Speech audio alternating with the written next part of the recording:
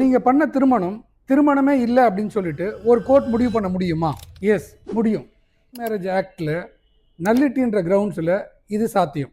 அது என்ன மாதிரி விஷயங்களுக்கு திருமணம் செல்லாது, திருமணமே இல்லை அப்படின்னு சொல்கிற ஒரு விஷயங்கள் வருது அப்படின்னா, அதில் பல விஷயங்கள் இருக்குது. அதில் சில விஷயங்கள் நான் பகிர்ந்துக்கிறேன். Number 1, unsound mind. ஒருவருக்கு மனநிலை சரியில்லை அப்படின்ற விஷயத்த மறைச்சி திருமணம் பண்ணாங்கன்னா அது நல் அண்ட் வாய்ட் பண்ணலாம். அதாவது அது திருமணமே இல்லை அப்படின்னு சொல்லி பண்ணலாம்.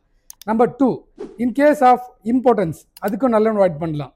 நம்பர் 3, இன்கேஸ் ஒருவர் திருமணம் ஆனதை மறைச்சி அவர் இதுதான் முதல் திருமணம் சொல்லி அந்த திருமணம் பண்ணார்னா அதையும் நல் அண்ட் வாய்ட் பண்ணலாம். அப்படி இல்லை, அவர் திருமணம் ஆகி டிவோர்ஸ் ஆச்சு, டிவோர்ஸ் ஆன விஷயத்தையும் மறைச்சி பண்ணானாலும் அதை நல் அண்ட் வாய்ட் பண்ணலாம் நல்லிட்டி கிரவுண்ட்ஸில். அது மட்டும் இல்லாமல் திருமணமாகும் சமயத்தில் அந்த பெண் வேறு ஒருவருடைய கருவுற்று இருந்தால் அதை காரணம் காட்டி நம்ம இந்த கேஸை நல் அண்ட் வாய்ட் பண்ணலாம். Then what is the difference between nullity and divorce?